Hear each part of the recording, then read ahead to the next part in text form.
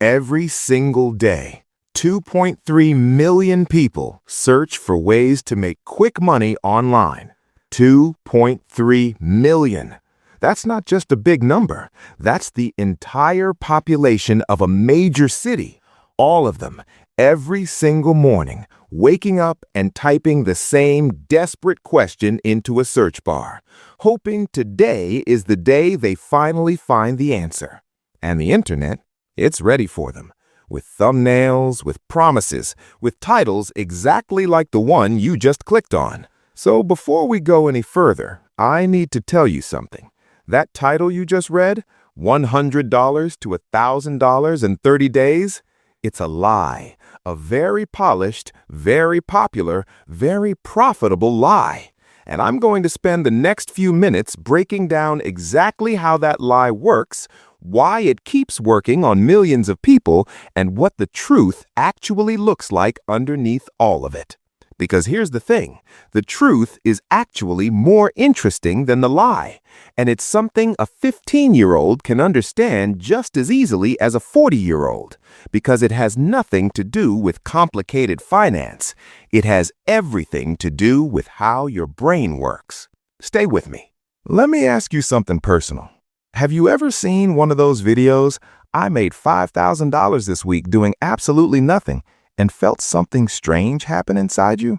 Not quite excitement, not quite belief, something in the middle, like a small voice in the back of your head whispering, what if this one is actually real? That feeling has a name. Psychologists call it hope bias. It's the part of your brain that keeps buying lottery tickets even though the odds are terrible. It's the part that clicks on miracle ads even when you know better. It's not stupidity. It's not weakness. It's just biology. Our brains are built to search for shortcuts, especially when life feels hard and the pressure feels heavy. And the people behind those videos, the ones promising you $1,000 in 30 days, they understand this better than most people understand anything. They're not selling a financial strategy, they're selling a feeling, that one tiny spark of what if. And that spark, multiplied across millions of clicks, makes them very, very rich. The irony? You're trying to make money, and they're making money off your hope of making money. That's worth sitting with for a second. Now here's something deeper I want you to think about. The reason we chase quick money isn't greed. Most people aren't greedy. Most people are just pressured. You know the feeling. You open your banking app, maybe late at night when everything feels a little heavier, and the number staring back at you is fine.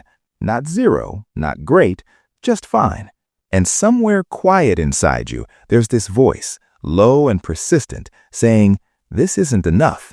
You're falling behind. Everyone else is figuring this out. Why aren't you? That voice is exhausting. And when you're exhausted and anxious, your brain does something very specific. It stops thinking about the future. It goes into survival mode. And in survival mode, slow and steady doesn't sound wise. It sounds like torture. Fast and risky doesn't sound dangerous. It sounds like relief. There's a name for this in psychology. It's called present bias. It simply means our brains care far more about right now than about later. A reward today feels more real than a bigger reward next year, even when the math clearly says the bigger reward is better. This isn't a character flaw. Our ancestors needed food today, shelter today, safety today. Waiting wasn't a luxury they had. So evolution built us to prioritize the present. And that wiring kept humans alive for hundreds of thousands of years. The problem is, that same ancient brain is now trying to make decisions about savings accounts and investment portfolios and compound interest, things that don't exist in the present, things that only pay off in the future. And our brain doesn't fully trust the future. This is the real reason people fall for financial scams. Not ignorance, not stupidity, just a deeply human brain trying to survive in a world it wasn't fully built for. Okay, so if the quick money promises are fake, then what actually works? Let me introduce you to something called the Rule of 72. It's one of the simplest and most powerful ideas in all of finance, and almost nobody teaches it in school. Here's how it works. You take the number 72, you divide it by your annual interest rate, and the answer tells you exactly how many years it takes for your money to double. So, if your money's growing at 8% per year, which is roughly what a basic stock market index fund has averaged over long periods of time, then 72 divided by 8 equals 9. Your money doubles every 9 years. That means $100 becomes $200, then $400, then $800, then over $1,600 without you doing any extra work, without finding any tricks, without any special knowledge or secret strategy, just time and patience. Now, I already know what some of you are thinking. 9 years feels like forever, especially when you need things now. I hear that. I'm not going to pretend 9 years feels fast. But here's where the story gets genuinely interesting. You don't just put in $100 and wait. The real power comes when you add a little bit regularly, every month, whatever you can manage. $10, $20, $50, even $5 if that's what the month allows. And each time you add something, even a tiny amount, that new money starts its own doubling clock. The math on this is almost hard to believe until you actually see it. Someone who starts investing just $50 a month at age 18, less than most people spend on food delivery in a single week, ends up with significantly more money at retirement than someone who starts at 30 with $500 a month. Starting earlier with less genuinely beats starting later with more, because time does the work that hustle never can. This is not a motivational quote. This is mathematics. But here's the part that almost no finance video ever mentions, and I think it's actually the most important part of everything I'm going to say today. The math isn't the hard part. The math is simple. You can learn the rule of 72 in 2 minutes. The hard part is psychological, because to build wealth slowly, to let time and compounding do their job, you have to do things that feel completely wrong to a human brain running on present bias. You have to watch money leave your account every month and feel okay about it. You have to see your investments go down sometimes and not panic. You have to say no to things you want right now for a version of yourself 10 years from now that you can't even fully picture yet. None of that is natural. All of it goes against your instincts, and nobody teaches you how to manage those feelings. There's a researcher named Daniel Kahneman. He won a Nobel Prize for his work on human psychology and decision-making. And one of his most famous findings is something called loss aversion. The idea is simple but powerful.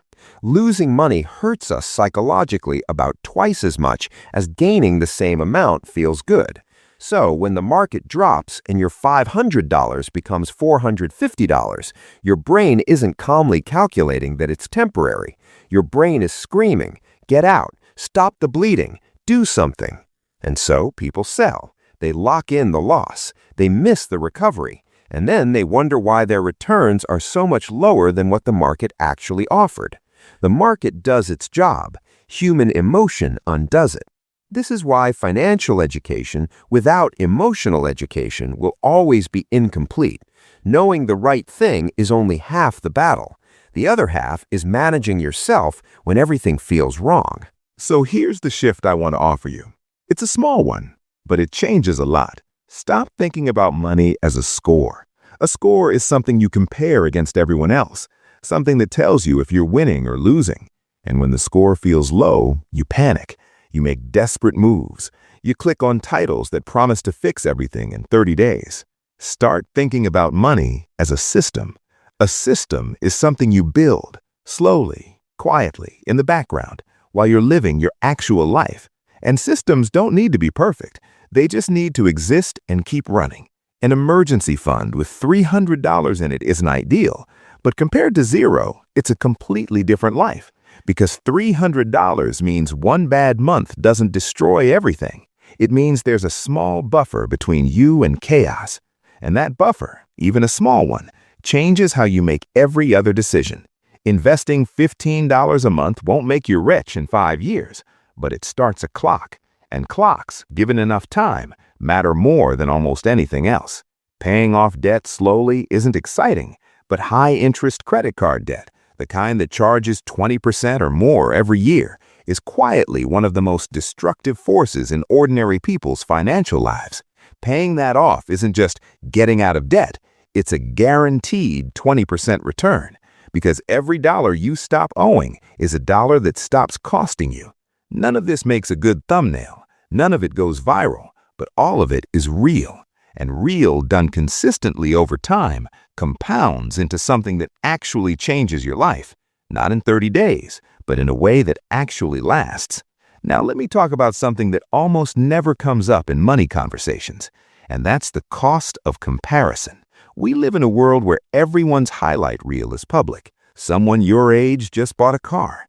Someone else is talking about their investments. Someone's on vacation. Someone got a promotion. Someone seems to have everything figured out, while you're just trying to keep your head above water. And this constant exposure to other people's best moments creates a very specific kind of financial anxiety. Psychologists call it social comparison. And what it does, practically, is make you feel like you're always one step behind, always starting from a deficit, always needing to catch up. That feeling is one of the biggest drivers of bad financial decisions. It's why people buy things they can't afford to look successful to people who aren't really watching. It's why people take on risky investments they don't understand because someone online made it look effortless. It's why people feel ashamed of a savings account that's too small instead of proud that one exists at all. Your financial journey is not a race against anyone else. It's a long conversation between you and your future self. And your future self doesn't care how you compared to someone on social media. Your future self just wants to know one thing. Did you show up? Even imperfectly, even in small ways, did you try? So practically, what should you actually do right now? If you're starting from somewhere small, here's a simple and honest path forward. The first step is just to look.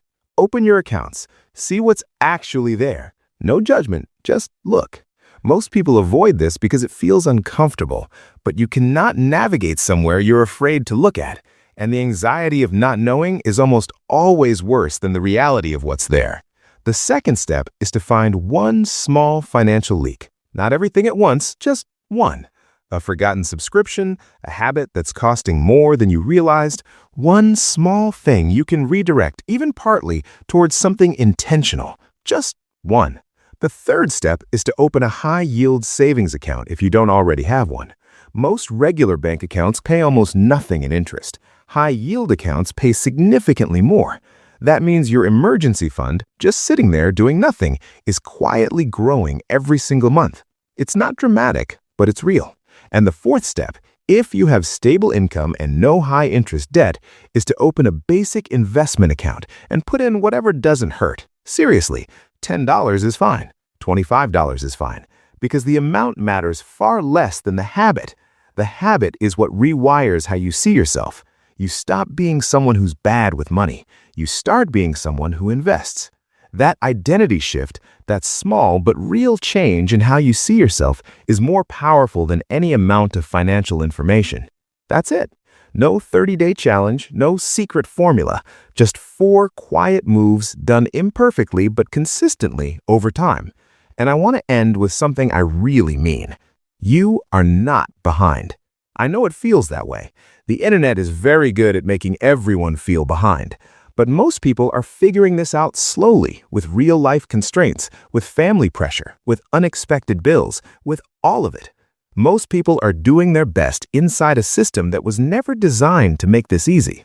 The fact that you're here, that you watched something that tried to tell you the truth instead of just hype you up, that already means something.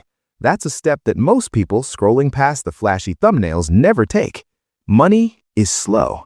Real growth is slow. But slow doesn't mean it isn't happening, and quiet doesn't mean it isn't powerful. The $100 to $1,000 in 30 days video will always get more clicks than this one because hope bias is real and present bias is real, and the human brain will always be drawn to the shortcut. That's just who we are. But you clicked on this, and you stayed, and now you know something that most people don't, that the boring path is the real path, that consistency beats cleverness, that time is the one asset no one can sell you, but anyone can teach you to use. Start small, stay consistent, trust the clock. That's the rule, the only one that actually works.